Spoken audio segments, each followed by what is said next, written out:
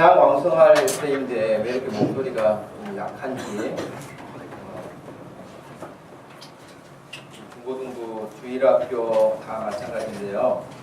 하나님께 예배 한 구절을 준비해서 드리는 거니까 더 잘 지금보다도 더 노력을 많이 해볼 수 있기를 바랍니다.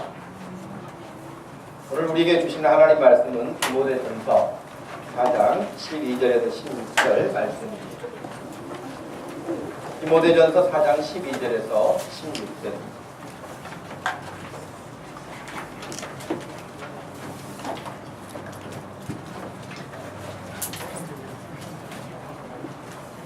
찾으셨으면 우리 한 목소리로 말씀을 읽겠습니다.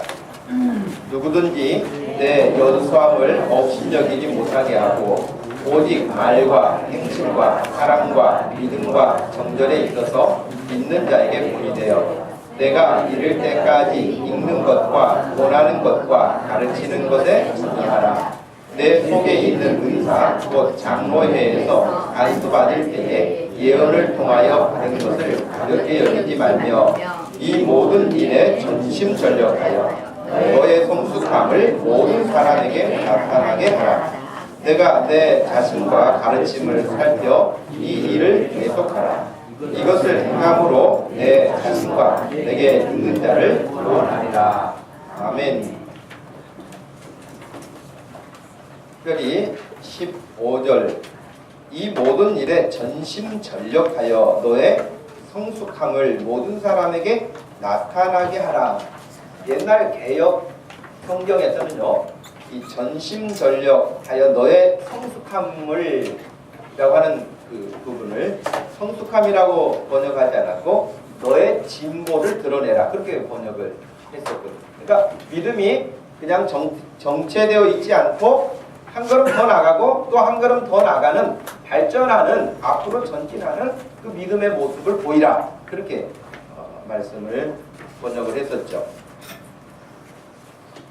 여러분 이 사진을 보시면 여러분들이 이게 2001년 9월 11일 우리에게 잘 알려진 9.11 사건 아닙니까? 이게 벌써 14년인 거죠. 그러니까 누구도 상상할 수 없었던 그리고 미국의 가장 자부심을 가지고 있었던 무역센터가 공격을 받아서 지금은 저 형태가 지금 남아 그 순간은 저렇게 있었지만은 한꺼번에 무너져 내리는 두 빌딩이 다 무너져 내리는 그런 모습을 우리가 봤습니다. 지금 이제 그 전에 메모리얼 파크라고 해서 추모관을 설립을 해 놓았는데요. 우리가 이 사진을 봐가지고는 이 사람들이 다 누군지 얼굴을 알아보기가 쉽지가 않죠. 그러나 그 9.11 사건으로 말미암아서 정말 우리가 상상할 수 없을 만큼의 수많은 사람들, 이 희생된 사람들이 2,753명이라고 했으니 어마어마한 숫자죠. 우리가 지금 세월호에서 300명이 넘는 인명사고가 났습니다마는 2,000명, 거의 3,000명에 가까운 사람들이 그런 사고에 생명을 잃었고요. 또 지금 14년이 지났습니다마는 지금도 전혀 유해를 찾지 못해가지고 지금도 정말 그 사고로 남겨진 유품 혹은 뭐 이렇게 이제 큰 불로 사람들이 생명을 잃었기 때문에 신체 어떤 한 부분, 뼈자국 하나라도 우리 가족들이 있지는 않을까 하는 DNA 검사를 지금도 하고 있다는 거예요. 14년이 지났는데 지금도 우리 그 세월호 사고로 희생당한 그 아이들 가운데 최근에 신문 보니까 3대 독자인데 이번에 생명을 잃은 거예요. 근데 아직도 시신을 수습을 못하고 찾지 못하고 그러니 3대 독자 아이 시신이라도 찾아서 장례 치러주려고 하는데 그것조차도 안 됩니까? 라고 속상해하고 힘들어하고 고통스러워하는 그런 인터뷰 기사를 보았습니다. 여러분 한국 기독교 목회자 협의회라고 하는 곳에서 이런 9.11 사건이 터졌을 때에 공동으로 리서치한 것이 있습니다. 전국 기동위를 대상으로 조사한 결과지만 여러분들이 여러분에게 이런 순간 9.11과 같은 이런 순간이 닥친다고 한다면 여러분은 어떻게 행동하겠습니까? 라는 질문이었어요. 누구에게 가장 먼저 연락을 취하겠습니까? 그랬을 때에 82%에 해당하는 사람이 남편이나 아내에게, 자녀에게라고 이야기를 했습니다. 그리고 부모에게 또 전화를 해야겠다 하는 사람들도 한 15% 정도의 사람들이 있었습니다. 그런 전화를 한다면 무슨 말을 하겠습니까? 라고 했는데 대부분 우리가 알고 있는 것처럼 사랑한다, 사랑한다 라는 말을 하겠다. 그리고 또 신앙생활을 마지막까지 잘 해라 하는 말도 해주고 싶다는 것이 33% 정도 됐어요. 근데 저는 사실은 여러분 그런 것 같아요. 그럼 마지막 순간에 남길 수 있는 말이니까 가장 좋은 말을 남길 수 있어야 되겠죠. 그런데 물론 그 순간에 사랑한다는 표현을 하는 것도 너무 귀하지만 사실은 그런 일이 없을 때 일상생활에서 늘 사랑하며 살 수 있으면 얼마나 좋겠어요. 물론 이런 큰 사건을 겪고 나면은 사람들이 가족의 중요성에 대해서 또 느끼게 되고 놓쳤던 부분들을 또 생각하게 되고 하는 그런 일들을 하죠. 그래서 애틋한 마음을 갖기도 하고 감사하는 마음을 갖기도 하고 또 전에는 전혀 무관심했던 부분들에 관심을 갖기도 하고 뭐 이런 일을 합니다. 그리고 또 궁극적으로는 어떤 사람들은 이런 일을 만났을 때에 신앙생활을 다시 한번 점검하는 사람도 있어요. 그리고 이것이 분명 하나님의 경고일 것이다 라고 생각하는 사람들도 꽤 많다는 증거가 9.11 테러 사건 때도 그랬었지만 우리나라에서도 설문조사를 하면 여전하게 그렇게 반응을 나타내기도 합니다. 저는 그래요. 9.11 사건을 그만두고라도 세월호 침몰한 이 사고로 말미암아서 결과적으로는 너무 참담한 어떤 일들을 우리가 비통해야 하는 마음을 숨길 수가 없는 것이지만 그럼에도 불구하고 이런 일이 왜 있는가라고 하는 것을 여러분 단순하게 유병헌 때문에 그렇다. 자기 돈 벌기 위해서 이익을 위해서만 하기 때문에 그랬다. 안전 불감증 때문에 그랬다. 뇌물 먹은 사람들이 많아서 그랬다. 선장 때문에 그랬다. 원인이 다 이렇게 말할 수 있어요. 근데 여러분 그럼에도 불구하고 이 모든 일들이 결과적으로 이루어진 것을 통해서 하나님은 우리에게 무엇이라고 말씀하고 계신가 하는 그것을 우리는 하나님의 경고라고 본 것이죠. 저는 한국 사회도 경고를 받아야 하지만 무엇보다도 한국 교회가 경고를 받아야 하고 그 다음에 한국 교회를 이루고 있는 저와 여러분이 경고를 받아야 되는 거예요. 이거 누구의 탓이다, 선장의 탓이다, 누구의 탓이다 이렇게만 할 것이 아니라 이것이 나에게 지금 어떤 경고를 주는 메시지인가 하는 것을 읽어낼 수 있는 신앙의 눈을 여러분들이나 제가 가지고 있지 않다면 이 사건을 통해서도 깨닫지 못해요. 안산 동산교회 김인중 목사님 교회 아이들이 이번에 7명이 수련회 갔는데 수학여행 갔는데 한 명 살아오고 나머지가 다 죽었다고. 그리고 그 사고 이후로 김인중 목사님이 설교를 안 하신다고 들었어요. 어제가 이제 동아일보 인터뷰 기사를 보니까 본인이 어떻게 할 수가 없다고. 그리고 자기가 안산 지역에 그래도 지도자로 살아왔는데 어떻게 할 방법도 없고 도울 힘도 없고 지금 자기 자신을 보면서 무슨 말을 하겠는가 해서 설교를 지금 몇 줄을 안 하고 계신다고 그런 이야기를 들었습니다.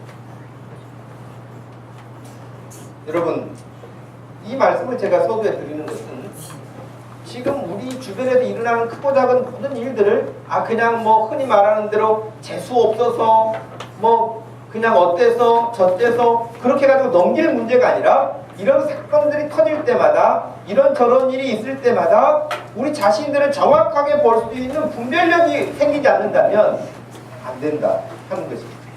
오늘 제가 세 가지를 말씀을 드리고 싶은데 오늘 본문 말씀을 통해서 특별히 12절에 보니까요. 누구든지 내 연수함을 업신여기지 못하게 하고 그랬어요.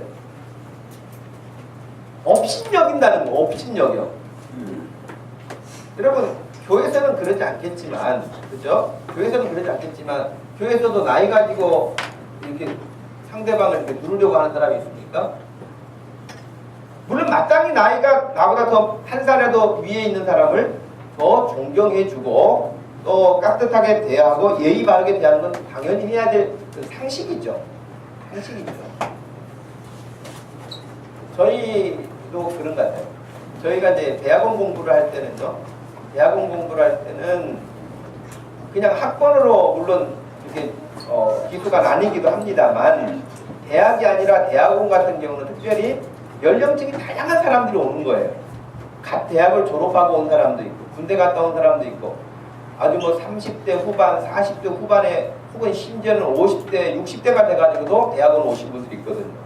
그러면 같은 동기라 그래가지고 혹은 자기보다 1년 후배라 그래가지고 나이가 많은 사람인데도 함부로 말을 하거나 그럴 수는 없죠.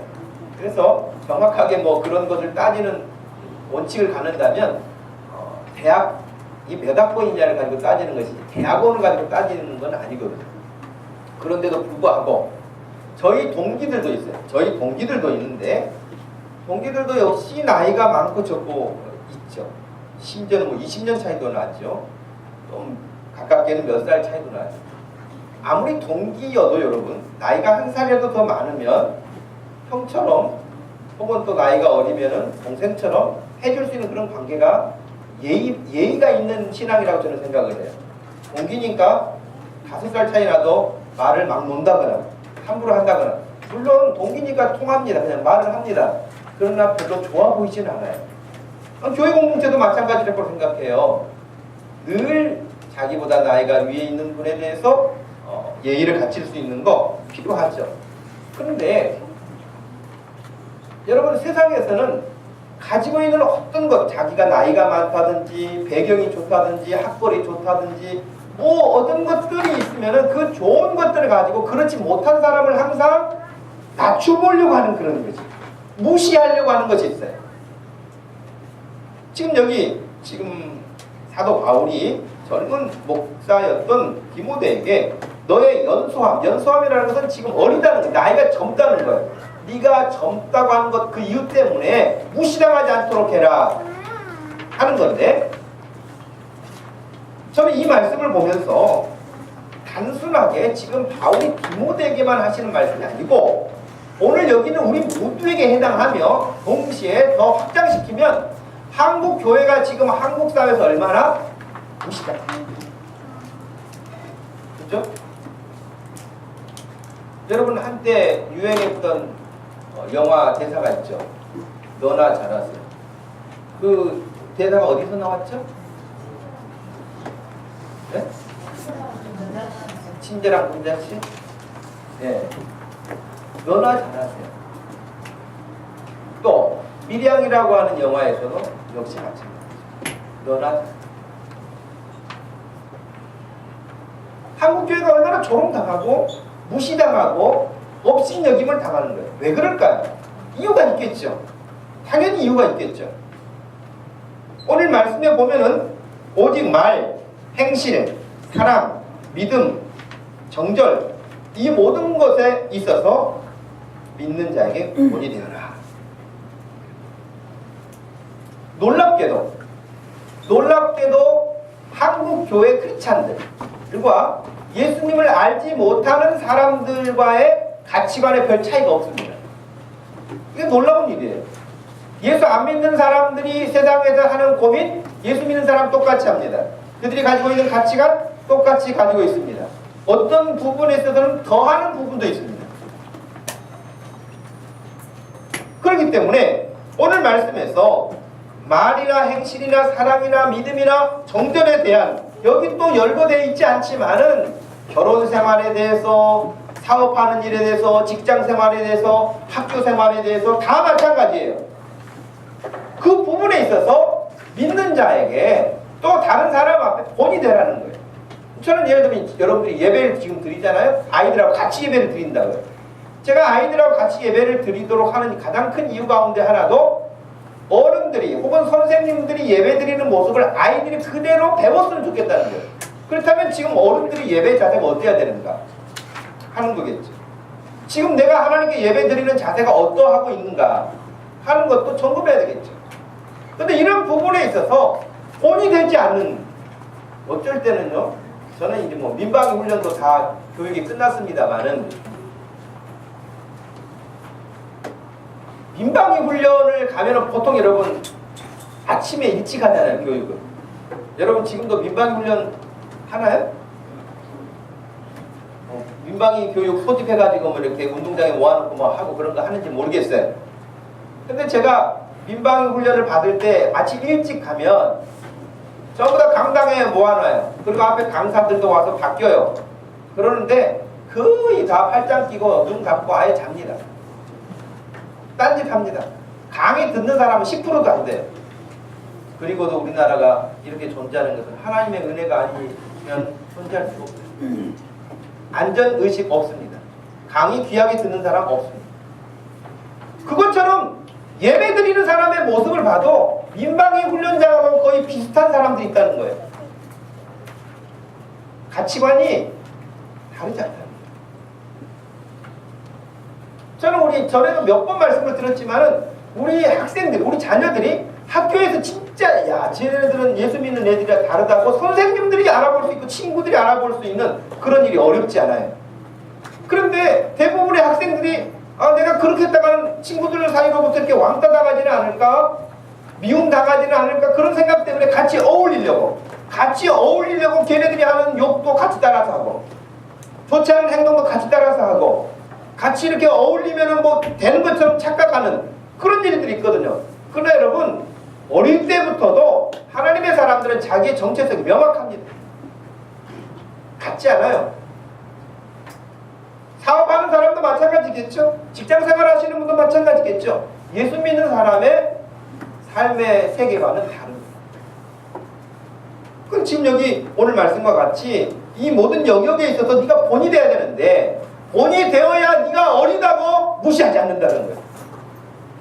한국교회가 이렇게 무시를 당하는 것, 예수 믿는 사람들이 어디 가서도 인정받지 못하는 것, 그 이유는 우리의 삶이 명확하잖아요.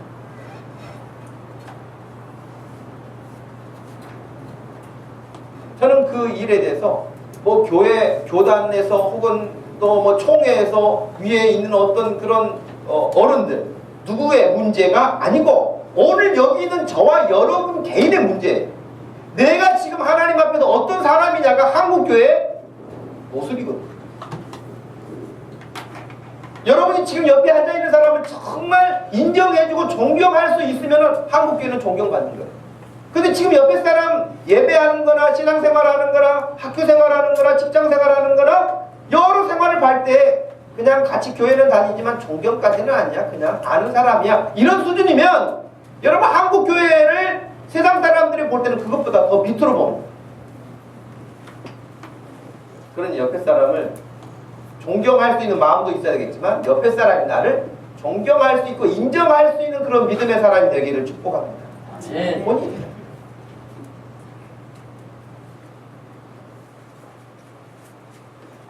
베드로전서 4장 11절 말씀 같이 한번 읽어볼까요? 만일 누가 말하려면 하나님의 말씀을 하는 것 같이 하고 누가 봉사하려면 하나님이 공급하시는 힘으로 하는 것 같이 하라. 이는 범사에 예수 그리스도로 말미암아 하나님이 영광을 받으시게 하려 하리니 그에게 영광과 권능이 세세에 무궁하도록 있느니라. 아멘. 여기 보면 누가 무슨 말을 하려면 하나님의 말씀을 하는 것 같이 하라. 그냥 막 입에서 나오는 말, 그냥 이게 좋은 말인지 나쁜 말인지 이게 욕설인지 예의가 있는 교양 있는 말인지 구분 없이 막 하는 수없이 쏟아내는 말 가운데 영양가 없는 말, 영양가 없을 뿐만 아니라 그 사람 본인의 인격을 저하시키는 말, 이런 것들이 얼마나 난무합니까? 베드로가 분명하기를 누가 무슨 말을 하려면은 하나님의 말씀을 하는 것 같이 가볍게 하지 말라. 물론 이것은 가장 기본적인 원리는요, 하나님의 말씀을 전파하고 선포하는 설교자에 있어서 딴소리 하지 말고 하나님 말씀 증언해라, 그런 말이기도 해요. 가장 1차적으로는. 그러나 동시에 예수 믿는 모든 사람들이 삶의 환경에서, 일상생활에서 가볍게 생각하지 말고 말하지 말고 무슨 말을 하더라도 하나님의 말씀을 하는 것처럼 무게 있게 하라.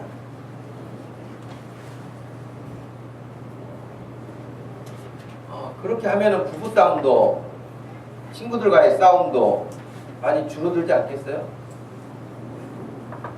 하나님이 우리 가정에는 항상 중심에 계시죠. 그래서 남편도 아내에게 말할 때, 자녀들에게 말할 때는 하나님을 통해서 말하고, 반대로 아내도 자녀들도 또 하나님을 통해서 말하고, 그러면은 굉장히 걸림이 많이 돼서 정제가 될 거예요. 근데 하나님 빼고 하나님 간섭하지 마세요. 이건 우리가 해결하겠어요. 그래가지고 둘이 하면 어떻게 됩니까? 막말이 나가기 시작합니다. 행동도 함부로 하게 되죠. 하나님 빠지고 하나님 잠깐 계세요. 그러면서 자기 사람들끼리 부딪히면 여러분 거기는 기대할 것이 없어요. 그래서 지금 베드로가 누가 무슨 말을 하든지 하나님의 말씀을 하는 것 같이 하라 하는 이 말씀은 그 지금 12절에 우리가 읽었던 말씀처럼 업신여기지 당하지 않으려면, 무시당하지 않으려면 가볍게 행동하지 말라는 것입니다.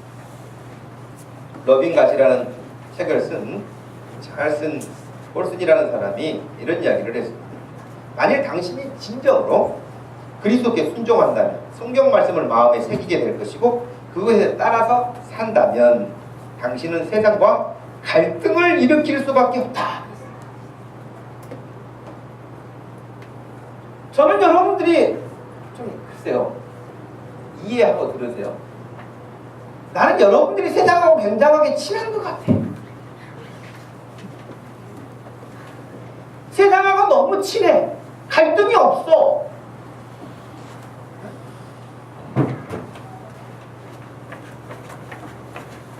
여러분, 세상과 갈등이 일어나면 어떻게 됩니까? 하나님 앞에 와서 물어요. 애통해요. 그 사람들이 이 시대에 애통해하죠. 즐거운 것도 많은, 세상이 나에게 즐겁게 해주는 게 많고 세상에 지금 가지 못했지만 안타까워하는 그런 마음을 가지고 사니 무슨 애통함이 있겠어요? 하나님 사업을 해야 되는데 자꾸 이렇게 부정한 방법을 요구합니다. 이렇게 하지 않고도 하나님이 역사하셔서 이 일을 감당할 수 있게 해주세요. 그러려면 여러분 하나님 앞에 와서 물어야 되잖아요. 하나님의 도우심과 간섭하심을 구해야 되잖아요. 그 애통하는 마음이 있어요. 하나님 학교에 가면 친구들이 온갖 이런 하나님이 보실 때 정말 기뻐하시지 않는 그런 환경에 있어요. 저도 생활하다 보면 하나님 친구들 사이에서 같이 어울리게 되고 그렇게 되는데 하나님 기뻐하시지 않는 일 하면서 그렇게 지내는 것 저 좋아하지 않아요. 그럴 수 있는 학생들이 필요하다. 그런 사람이 애통해하는 것이죠. 하나님께 기도하는 것이죠. 모든 영역에서 마찬가지겠죠. 여러분 우리가 노방 전도도 합니다. 여러분 개인 전도 하시겠지만 노방 전도도 하잖아요. 그 더운 여름 날씨에 가가지고 여러분 그 주보 한 장 나눠주고 예수 믿으세요, 교회에 오세요 이렇게 말하는 게 쉽지 않아요. 더운 날씨에 가서 하는 게 쉽지 않다고요. 그런데 우리 마음속에 그렇게 하고 난 다음에 많은 사람들이 안 그래도 제가 교회 가려고 그랬어요. 이런 사람 만나기가 여러분 쉽습니까? 거의 없습니다. 거의 없어요. 아예 말도 하지 않을 뿐만 아니라 무슨 말하면 교회 실망스러운 이야기만 이야기한다. 그러면 전도자들도 역시 마찬가지로 하나님 오늘도 거리를 나가서 사람들을 만나고 있지만 마음의 밭이 너무 굳어져 있고 좋은 마음의 밭이 되지 않아서 무슨 말씀을 뿌려도 씨앗을 뿌려도 싹이 나지 않습니다. 그러면 애통하는 마음, 애통하는 전도자도 애통하는 마음, 학생들도 학교의 생활을 보면서 애통해하는 마음, 사업하고 직장에 나가시는 분들 역시 그런 마음, 우리가 그럴 때에 하나님 앞에 기도할 수 있습니다.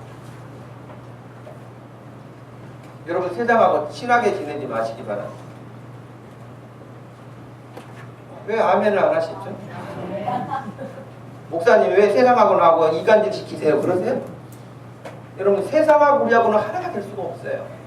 세상의 가치관이 얼마나 교묘하고 얼마나 죄악되고 얼마나 무섭게 우리들의 영혼을 침식해 오는데 이게 지금 어떤 것인지도 모르고 그렇게 따라가서는 안 된다고 하는 것입니다. 그래서 지금 콜슨이 하는 말이 그거예요. 정말 하나님의 말씀을 받아서 그 말씀을 지키고 살려고 하면 갈등이 일어나지 않을 수가 없다. 우리는 이 세상에 살고 있지만 분명 이 세상과 다른 삶을 살아가는 사람이라고 이야기합니다. 맞는 말입니다. 예수 그리스도를 믿고 따르는 사람은 이 세상을 보는 것이 예수님의 눈으로 보는 것입니다. 예수님의 마음으로 보는 것입니다.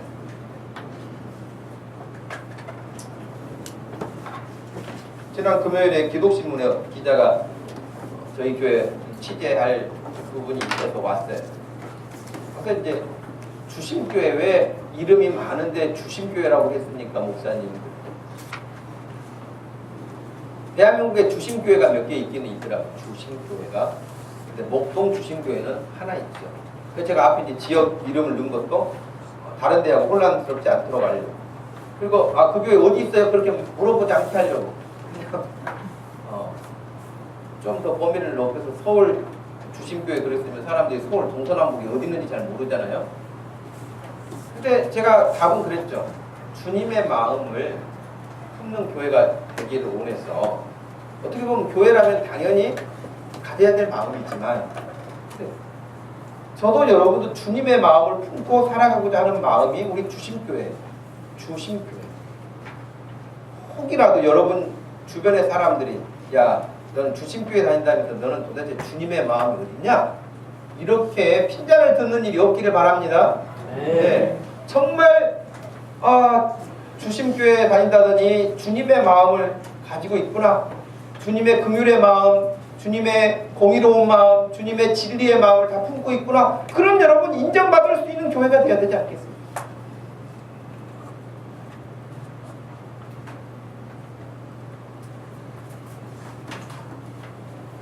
하나님께서 우리에게 요구하시는 이 시대를 본받지 말라고 하시면서 충돌이 일어나게 되지만 하나님께서 함께 하실 터이니 두려워하지도 말고 걱정하지도 말고 염려하지도 말라고 우리에게 말씀하셨습니다. 어떤 사람들은 하나님을 사랑하는 것은 따뜻한 마음을 갖는 것, 교회 다니는 것, 선한 일을 하는 것, 그리고 성경을 읽는 것이라고 말을 합니다. 그러나 이것은 예수님이 말씀하시는 것이 아니다. 그분은 그저 너희가 나를 사랑하면 나의 계명을 지키게 될 것이라고 가르치셨다고 이야기를 합니다. 그러니까 무서운 일은 여러분, 교회를 다니는데도 예수님을 안 믿는 사람이 있어요. 교회를 다니는데도 하나님과 무관한 사람도 있어요. 그러면 지금 유병원 일파 구원파라고 알려진 이 사람들도 쓰는 그 명칭이 뭡니까? 기독교 복음 침례회 뭐 이렇게 해가지고 안성교회 이렇게 돼 있잖아요. 그러니 예수님을 안 믿는 사람들이 뉴스 보면서는 안성교회라고 하는 구원파 그 교회나 목동 주심교회나 같은 교회로 생각하는 거예요. 똑같이 본다는 거예요. 구분하지 않아요. 온갖 문제를 일으키는 사람들, 그런 사람들과 우리를 똑같이 보는 거예요. 여러분들이 정말 하나님을 사랑하고 주의 말씀을 마음에 품고 있다고 한다면 글쎄 오늘 여러분이 교회 나오셔서 말씀을 듣고 예배를 하면서 내가 다 알고 있었던 내용이기도 하지만 혹은 잊어버렸던 것들을 마음에 다시 새기고 내가 이 말씀을 이번 한 주간 꽉 붙잡고 이 말씀대로 내가 해봐야 되겠다. 그런 마음의 결단을 갖는다면 거기에는 반드시 열매가 나타나게 될 줄로 믿습니다. 두 번째는 전심전력하라고 가르칩니다. 14절 말씀에 내 속에 있는 은사 곧 장로회에서 안수받을 때에 예언을 통하여 받은 것을 가볍게 여기지 말고 15절 이 모든 일에 전심전력하여 너의 성숙함을 모든 사람에게 나타나게 하라. 여러분은 목사님이 아니잖아요. 선교사님도 아니고 그냥 예수 믿는 사람. 그래서 사람들이 흔히 그렇게 말해요. 성직자하고 평신도로 구분을 해서 교회 일은 목사가 하는 거고 선교사가 하는 거고 우리는 그냥 주일날 교회 오고 혹은 교회에서 뭐 청소할 일 있으면 청소하고 무슨 일이 있으면 그 일을 좀 돕는 사람 이렇게 생각을 하는 거예요. 졸리는 사람 잠 깨우는 역할도 아주 톡톡하게 하는 마이크를. 근데 여러분 우리가 주님의 몸된 교회를 섬길 때는 오늘 여기 지금 바울이 디모데에게 말한 것처럼 너만 전심전력하는 게 아니라 교회 모든 공동체가 전심전력하여서 여러분의 믿음의 진보를 드러내라고 가르치고 있는 것입니다. 여러분들이 교사입니까? 혹은 여러분들이 집사로 직분을 받았습니까? 여러분들이 순장으로 역할을 합니까? 그렇다면 여러분이 그 하는 일에 믿음의 진보가 드러나는 거예요. 작년하고도 물론 달라야 되겠지만 금년 1월하고도 믿음이 성장해가는 모습이 여러분의 삶에서 느껴져야 된다는 거예요. 그렇게 하라고 가르치고 있는 거예요. 그러려면 믿음이 성장하고 성숙해지고 발전하려면 성장하는 그런 과정에는 전심전력이라고 하는 것이 빠져서는 안 된다고 하는 것입니다. 여러분 제가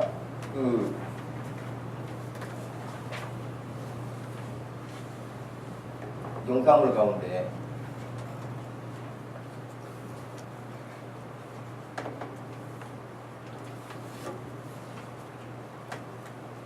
지금 100m 세계 기록 보유자가 누구죠? 우사인 볼트라고 하는 사람이죠. 이 사람이 가지고 있는 여러분 지금 기록을 보세요. 91년도 버렐이 가지고 있는 100m 9초 90.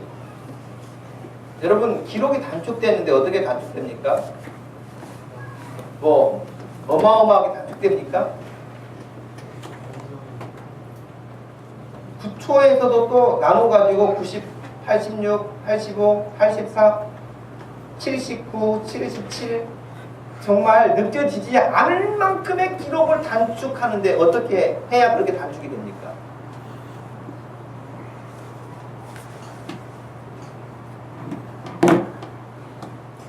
제가 얼마나 전심전력하는지 볼트를 제가 한번 보여드릴게요.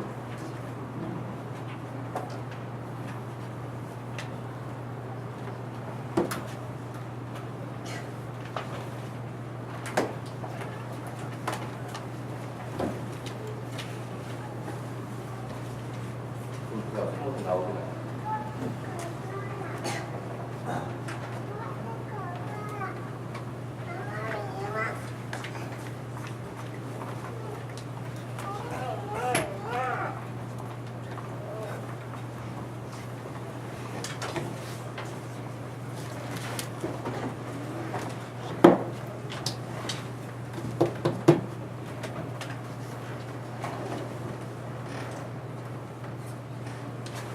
볼트 영상이 안 뜨는데 0.000초 줄이려고 얼마나 그 100m를 달리는데 전심전력해서 저는 또 그런 생각을 해봐요. 운동하시는 분들 좀 죄송하지만 차 있는데 뭐한테 100m를 그렇게 뛰어야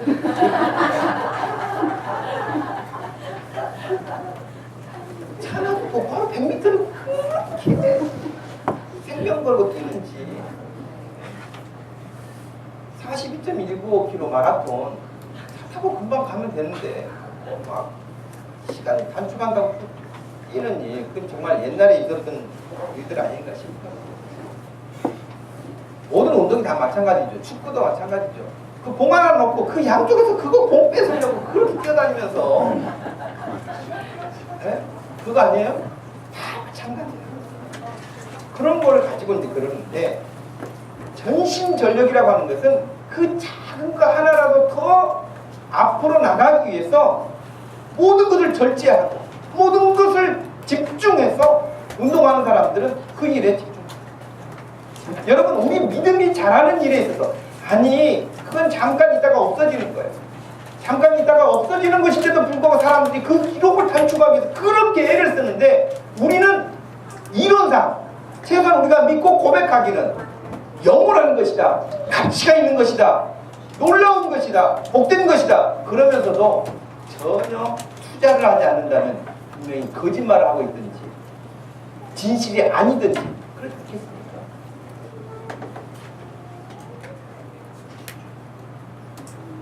여러분의 신앙도 여러분, 볼트가 100m 단축하기 위해서 전심전력하는 것과 같이 여러분의 신앙도 성장하기 위해서 그와 같은 역사가 일어나기를 바랍니다. 그러기 위해서는 여러분, 기도하는 일도 시간을 조금이라도 더 늘려야죠. 성경 읽는 것도 한 장이라도 늘려야죠. 복음 전하는 것도 한 사람에게라도 더 해야죠. 이런 일이 없으면 우리 믿음은 자라지 않아요. 성장할 수가 없습니다. 신명기 6장 4절 5절 말씀에, 이스라엘아 들으라, 우리 하나님 여호와는 오직 하나인 여호와시니 너는 마음을 다하고 성품을 다하고 힘을 다하여 내 하나님 여호와를 사랑하라. 전심전력 한자풀이를 그대로 한다면 여러분, 온 마음을 다하고 온 힘을 다하는 거 아닙니까? 그렇게 한다면 여러분, 역사는 일어나게 될 줄로 믿습니다. 여러분이 공부를 전심전력하든 신앙생활에 전심전력하든 사업을 전심전력하든 무엇을 전심전력하든 하면은 일이 나타나게 돼 있습니다.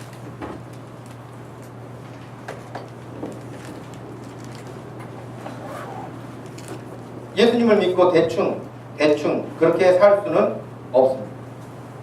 제가 라디오 방송을 듣다가 한참 웃었는데요. 추억의 팝송이라고 하는 프로그램 소개하는 거였어요. 그래서 옛날에 자기 추억의 이런 팝송을 이제 소개하는 건데, 세탁소를 운영하는 어머니가 어느 날 이제 문 열고 들으면 딸랑딸랑 소리가 나잖아요. 그래서 누가 들어왔는데 젊은 청년이 들어온 거예요. 젊은 청년이 들어왔는데 아주 흐름하게, 머리는 뭐 일주일이 됐는지 한 달이 됐는지 완전히 거의 새 집을 지어가지고 와서 추리닝 하나를 이렇게 주면서, 추리닝도 무릎 다 나오고 다 늘어지고 그것을 얼마나 달았는지 좀 그것 좀 수선 좀 해달라고 해가 온 거예요. 그러니 그 엄마가 볼 때 수선하느니 하나 사겠다 하는 싶을 만큼 그런 허름한 추리닝을 가지고 와서 맡기고 간 거예요. 그래도 어머니가 이제 수선을 해가지고 찾으러 왔는데 또 찾아도 가고, 근데 어디서 왔느냐 뭐 하는 사람이냐 물어보는데도 그냥 씩 묻기만 하고 그냥 갔다는 거예요. 그러면서 자기 고등학생이었던 딸에게, 너는 절대 저런 남자를 만나면 안 된다. 머리를 봐라.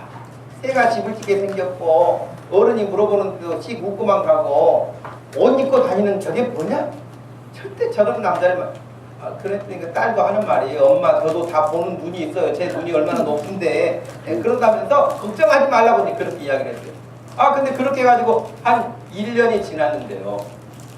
동네 어떤 아주머니가 오시더니, 우리 동네 이장이 그 고시를 패스했다고, 사법고시를 패스했다고 현수막을 붙여야 된다고 하는데, 그런 이야기를 하면서 막 이야기를 해주는데, 누가 패스를 했는데, 그 머리 막 떡칠하고 다니는 그 청년 있잖아.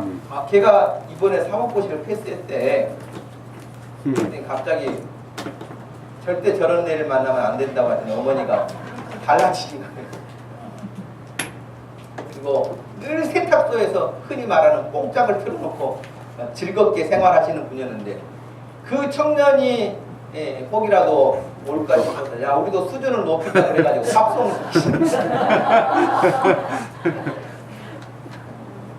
팝송을 듣기 시작했는데, 결국에는 그 청년이 2차까지 사법고시를 패스를 하고 서울로 올라가고, 물론 이 세탁소 집 딸하고 뭐 사귄 것도 아니고 아무 관계도 아니죠. 근데 그 어머니는 마음속에 어떻게라도 우리 집에 한 번 또 수선이라도 오면은 차를 어떻게 연결해 볼까 하는 마음이 있었죠. 근데 그 청년이 2차까지 다 마치고 가버렸어요. 어머니 하신 말씀이 더 명언이에요. 우리 수준에 무슨 팝송이냐 뽕짝 들자 다시 그 노래를 들으면서 지냈다고 하면서 그 노래 신청하는 것도 제가 들은 적이 있어요.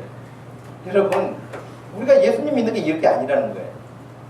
예수님이 뭔가 얻을 수 있을 것 같으니까 갑자기 뽕짝에서 팝송으로 돌렸다가 안 되니까 에랑 모르겠다 다시 원점으로 돌아가자. 이게 아니라는 거예요. 우리의 삶이.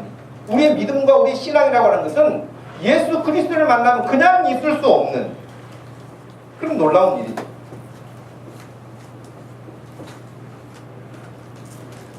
여러분 잘 아는 지미 카터라고 하는 이 대통령, 김일성 살았을 때도 만났고 노벨 평화상도 받았고 지금은 전 세계에 다니면서 여러분 사랑의 집짓기 운동을 하고 우리나라도 와서 사랑의 집짓기 운동을 해외에서 운동을 했죠. 근데 참 부끄러운 일이 일화가 있는데요. 지미 카터가 우리나라에 사랑의 집짓기 하러 오면서 내건 조건이 있었어요. 나한테 와서 사진 찍자는 말 하지 않기로 하고, 한국 사람들은 오면은 그냥 자기하고 이렇게 사진 찍어서 막 이렇게 하는 걸 좋아해가지고 일을 못하니 일절 사진 찍는 사람 오지 않기로 그래 하고 이제 한국에 왔잖아요. 그래서 충청도에 내려가가지고 사랑 집짓기 하는데 그렇게 했는데도 불구하고 아니라 다를까 정치 유명한 인들 사진 한 판 찍으려고 일은 안 하고 와서 사진 찍는데 그런다. 근데 여러분 이 카터가 대통령 때는 그렇게 별로 인기가 없었어요. 무능한 것처럼 보이고. 그래 여러분 평생에 주일학교 교사로 교회를 섬겼다는 거 여러분 아시죠? 평생을. 그런데 그가 은퇴하고 난 이후에 대통령직에서 물러난 이후에 전 세계를 다니면서 평화로운 일을 위해서 그래서 김일성도 만난 거고요. 분쟁이 있을 때마다 카터를 보내서 평화의 어떤 이유들을 메시지 역할을 할 수 있도록 했죠. 그런데 그가 이렇게 훌륭한 결과물을 내면서 살 수 있었던 것은 자기 자신이 해군 사관학교 때의 이야기를 들려줍니다. 해군 장교가 되기 위해서 해군 사관학교를 졸업하고 바로 임관하기 직전에 그 유명한 해군 제독 린 오버라고 하는 사람과 면담을 하게 됐다고 그랬잖아요. 그 면담을 하게 됐는데 그 사람이 제독이 묻기를 뭐 다른 걸 묻는 게 아니라 학교 성적은 어땠는가 물어봤어요. 근데 카터가 공부는 잘해가지고요 나름대로 높은 점수를 말합니다. 예를 들면 A 학점을 다 받았습니다. 얼마나 자신감 있게 말할 수 있겠습니까? 할 수 있죠. 근데 제독이 듣고 대단하군 그렇게 칭찬한 게 아니에요. A 학점을 받았다고 말을 하는데도 불구하고 자네는 그 점수를 받기 위해 최선을 다했는가라고 물어보고 최선을 다한 결과물이냐 그것이 네 머리 좋아서 공부 잘해가지고 점수 잘 나온 거냐 그게 물어보고 말을 못했어요. 카터가. 왜 대답을 못하는가 다시 물어봤습니다. 자네는 최선을 다했는가? 그제서야 카터는 더듬거리면서 사실 최선을 다하지는 못했습니다. 그때 아주 강력한 목소리로 카터를 향해서 말을 했습니다. 왜 최선을 다하지 않았는가? 그래서 자기의 좌우명이 된 거예요. 왜 최선을 다하지 못했는가? 저는 신앙생활도 마찬가지라고 생각해요. 전심전력하라 그랬는데 최선을 다할 수 있기를 바랍니다. 최선을. 나는 누구보다 잘해요. 여러분 다른 사람들이 다 점수가 뭐 B학점이 나오고 자기 혼자 A 플러스가 나왔다 할지라도 최선을 다한 결과여야지 그냥 어떻게 쉬우니까 쉽게 해가지고 그런 의미를 우리가 말하지 않습니다. 나는 누구보다는 교회도 잘 나와. 난 누구보다도 봉사 많이 해. 난 누구보다도 기도 많이 해. 그것이 아니라 내가 지금 하나님 앞에서 최선을 다하고 있는가 하는 것을 확인하라고 하는 것입니다. 마지막 세 번째는 16절 말씀이에요. 네가 네 자신과 가르침을 살펴 이 일을 계속하라. 이것을 행함으로 네 자신과 내게 듣는 자를 구원하리라. 누구보다도 자기 자신을 가르치라는 거예요. 지금 우리는 너무나 많은 가르침 홍수 시대에 살고 있잖아요. 학교에서도 가르침을 받아요. 집에서도 가르침을 받아요. 학원에서도 가르침을 받아요. 또 교회에서도 가르침을 받잖아요. 가르침을 받고 사는데 여러분 누구보다도 저도 마찬가지고 부모도 마찬가지고 선생님도 마찬가지예요. 누구보다도 자기 자신에게 먼저 가르치라.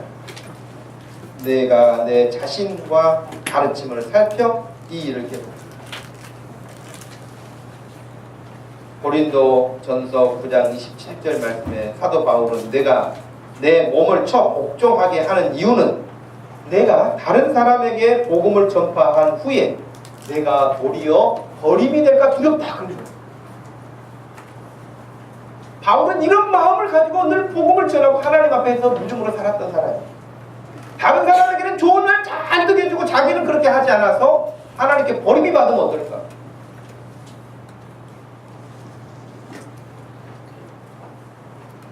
저와 여러분들이 오늘도 내 자신을 누구보다도 먼저 가르치고 누구보다도 누구를 말하기 전에 내 자신을 먼저 살펴볼 수 있는 그런 지혜가 있어서 저와 여러분의 믿음이 퇴보하지 않고 앞으로 전진해 갈 수 있기를 소원합니다.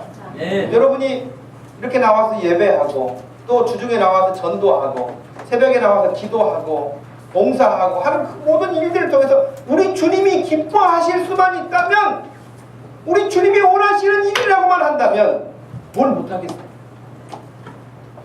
주님이 기뻐하신다는. 저도 여러분도 이번 주간부터 또 새롭게 주님이 기뻐하시는 일이라고 한다면 내가 이 정도 못하겠는가? 이것 이상도 해야겠다 하는 마음을 가지고 최선을 다하고 전심전력하여서 우리 주님이 원하시는 선한 열매들, 사역의 열매들이 풍성하게 나타날 수 있기를 주님의 이름으로 축복합니다. 우리 한번 같이 기도할 때, 여러분 제가 이 설교 끝나고 기도하자고 그럴 때 소리내서 기도하자고 그러는데요, 여러분 주중에 나가서 기도 한 번도 못 하시는 분도 계세요. 이 시간에 기도하세요. 소리내서 기도하세요. 믿음으로 살기 위해서 기도하세요. 하나님, 제가 꼭 이렇게 하겠습니다. 우리 한번 같이 기도하겠습니다. 하나님 아버지, 고맙고 감사합니다. 이 시간 저희들에게 주님 은혜를 입혀주시고 하나님 앞에 나와 예배할 수 있도록 하시고, 부족하지만 연약하지만 주의 말씀을 또 마음에 새기면서 말씀대로 살려고 작정합니다. 하나님, 오늘 우리에게 말씀해 주실 때 본을 보이라고 하셨는데, 이 세상에서 한국 사회에서 교회가 얼마나 욕을 먹고 예수 믿는 사람이 얼마나 인정받지 못하고 이 사회로부터 지탄을 받고 있습니까? 이것은 단지 교회가 욕을 먹는 게 아니라 하나님의 영광을 가리우는 일입니다.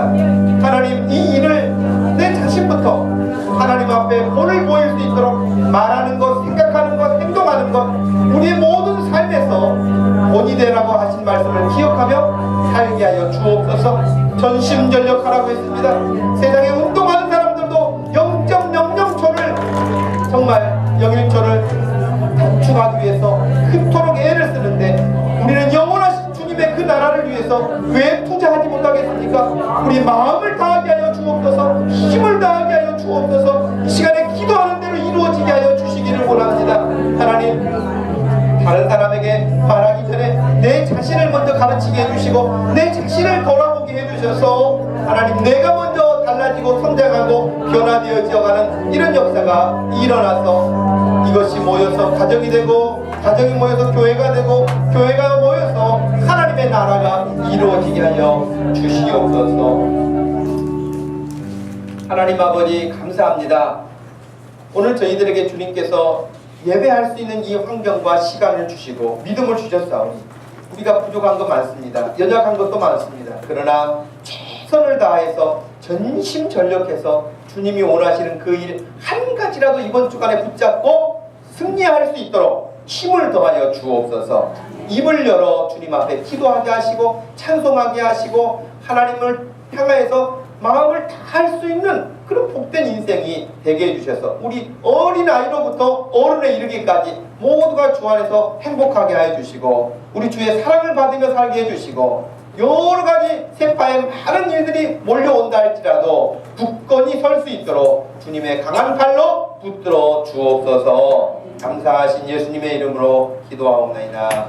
아멘. 다 같이 자리에서 일어나셔서 330장을